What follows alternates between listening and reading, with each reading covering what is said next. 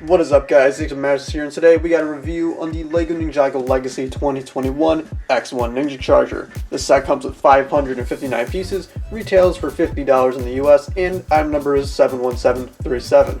The box, we just got, a picture of the X-1 Ninja Charger. We got a barcode, which if you scan that barcode, by the way, that actually does work. It just leads you to the page to the actual X-1 Ninja Charger. Back in the box, we got all the functions of the sets. Let's go ahead and open this up. This set has those thumb things for some reason. I hate these things.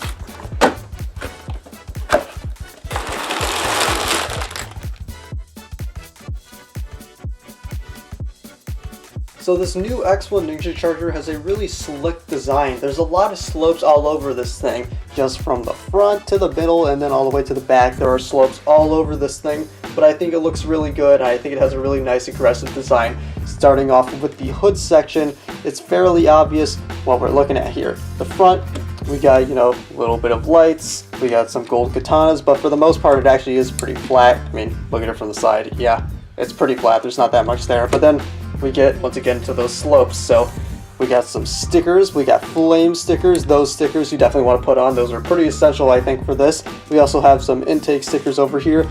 Not as big as a deal as the flame stickers, but they still add some, nice details. And then we've got an engine right up here. This is, it's not a huge build, but I think it's good for what it is. Also, got an X-1 sticker on there for pretty obvious reasons. Also, once again, more stickering, 2 intakes right up here. Those are probably just, suggestions for cooling for the wheels. As far as this midsection goes, I do like this part a lot. I think this is where a lot of the best actual design work comes in. I really like the way they integrated this blade. It just kind of blends the whole thing together, It kind of looks like it's tapering off from the top into this sloped section up here, which I think looks really good. There also is another flame sticker there and a gold katana. I also do like the way they integrated this black piece. Just kind of blends into this design from the wheel better. And I also like the flag over there. I think this section they just did a lot of very, very simple but very good design work. And then lastly, we have this back section, and this section is kind of weird because the front, it's very flat. We've obviously got, a little slight curve going on, but then you get to the back, and this is a lot more angular. We've got actual angled pieces. We've got more triangular shaping over here, and then, you look at it from the front.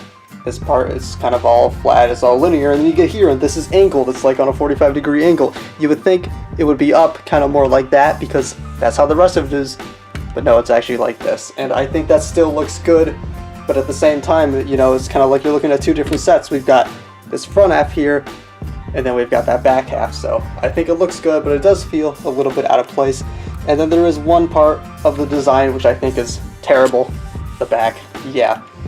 This is really bad. Like, it looks so incomplete. It literally feels like they just completely ran out of budget and they were like, all right, well, we got the budget for 4 pieces. Throw a great plate on there and then 3 things, just, little slight intake, I guess. Yeah, it feels really bad.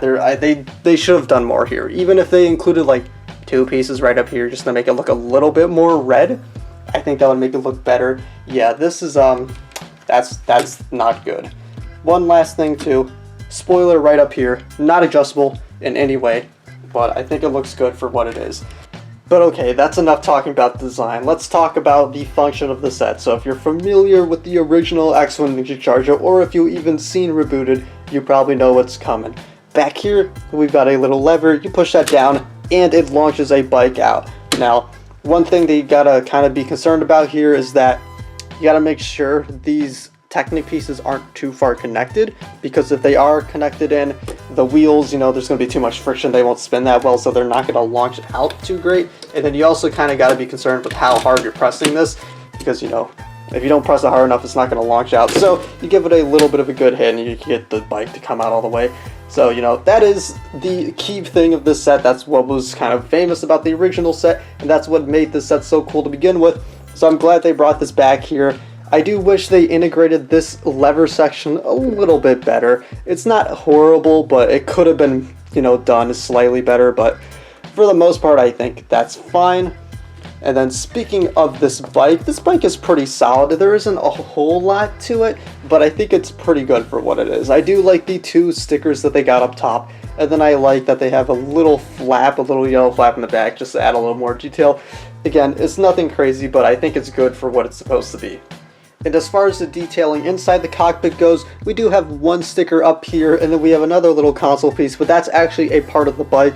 So as you can tell, you lift it up and you can see it, that's actually the bike. But I do like the way that these kind of go together. It's kind of as if they just integrated them in. I think that's some really cool design work. Then one last thing to mention is up on the top here we have 2 spring-loaded shooters, so these can be angled up and down. They don't move side to side, but you know, it's fairly simple. You just push it in and you shoot the little spring out, and then if you want to, kind of angle it up and then it shoots out again and you get it, you know, a little bit further in a higher up projectile. We do get 2 Ninja in the set, being Kai and Jay. Neither of these are exclusive, but they are slightly updated from their previous iteration from last wave. The lettering now has been updated to read Master instead of Manter. Thanks for the comments for telling me that. And yeah, it's pretty good. You got your solid prints on the front, solid prints on the back, and then we have the same faces that we've been getting for a long time. At this point, these are pretty familiar figures, but they're still nice to get and fitting for the set. For our villain figures, we have 2 Ninjroids. On the right here we have Mindroid, and then on the left we have Big Droid. So Big Droid here, he's got this giant jetpack thing. It just all connects to his back. It's a little bit adjustable. You can kind of angle these up and down. The box, or I guess the instructions, actually suggest you do something like that, which I think that looks stupid, so I just have it down like that. You can really do whatever you feel like. That's good for what it is. And then Mindroid over here, he has just an axe. As far as the printings go, the printing is identical on both of these figures, and here's the alternate faces. And if you're unfamiliar, as a part of the 10th anniversary of Ninjago, we will be getting golden minifigures of each of the 6 ninja. In this case, this set comes with the Golden Coal. This figure I think looks really, really cool. The printing, I like it a lot. The front, I think it looks really good. The back looks fine. It's got his logo on there. The design is obviously based on his Master of the Mountain form because that was his season. So, you know, that makes sense. The one thing I do find a little bit interesting is that actually on his hood he has gunmetal instead of black, which is a little bit interesting because, you know, Cole's color is black, but they went with the gunmetal. He also does have that little stand. The only thing different about this stand compared to all the other stands is that it has 2 orange studs, so that way it just, you know, indicates Cole because that's the secondary color. And then there's a closer look at that exclusive 10 years of Ninjago print. So when I first saw this set, my initial impression was I thought this was a good set, but I didn't really like it as an X-1 Ninja Charger. And taking a look at the 2 of them side by side, I can definitely see the influence between this set and this set, but I still kind of gotta agree with my earlier opinion. I still think that this one is better than that one. Now, this set is still good in its own right. There's a lot of good things about it. I think it's very solid. The only thing that I think you could really complain about is the back just looks so bad and it just looks very incomplete. But as far as the actual design, the functions, everything in this set, I don't think there's anything really major to complain about. It's a good set.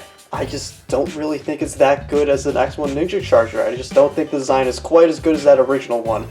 But, you know, ignoring that, just looking at it as what it is, a Ninjago set released in 2021, forget the X-1 Ninja Charger, just ignore that. Just think of it as a Kai vehicle. This is a good set. I don't have any major complaints, as I said. I do like all the minifigures, especially that Golden Coal. That's honestly my favorite part about the whole set. The Golden Coal I think is just really cool. But yeah, also it's a fairly good value at 600 pieces for $50. So overall, it's a good set, but once again, I just don't think it's quite as good as that original version. But that's going to be it. Thank you guys for watching. Till next time, I'll see you guys later.